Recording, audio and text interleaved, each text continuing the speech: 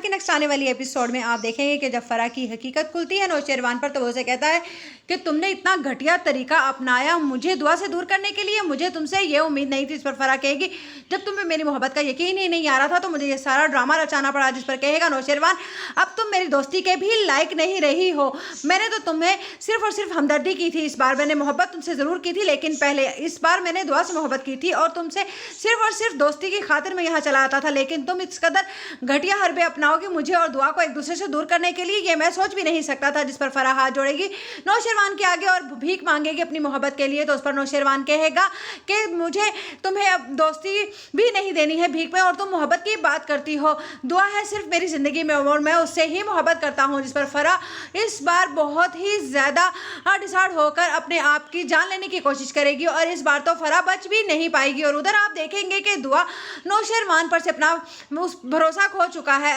चुकी है और वो कहेगी कि नौशेरवान भरोसा एक बार किया जाता है और मैंने आप पर 2-3 बार किया, लेकिन आपने हर बार मेरे भरोसे को और ठेस पहुंचाई है। जिस पर नौशेरवान कहेगा कि आखिरी बार मैं आज फराह से अपना तमाम रिश्ते ख़त्म कराए हुए, एक दोस्ती का रिश्ता रह गया था हम दोनों के दरमियान और आज मैंने वो भी ख़त्म कर दिया जब मुझ पर फराह की हकीकत खुली है।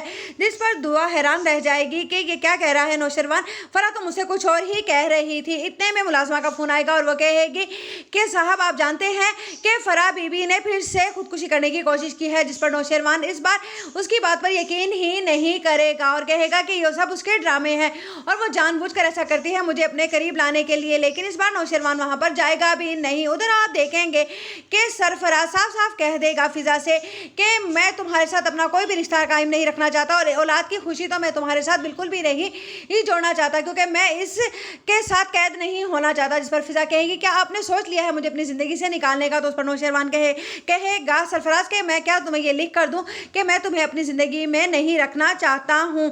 उधर कहेगी जब दुआ फिजा से कि मुझे पता चला है कि तुम माँ बनने वाली हो, उस पर कहेगी फिजा के एक बार फिर मुझे सरफराज ने ये कह दिया है कि उसे ये औलाद नहीं चाहिए।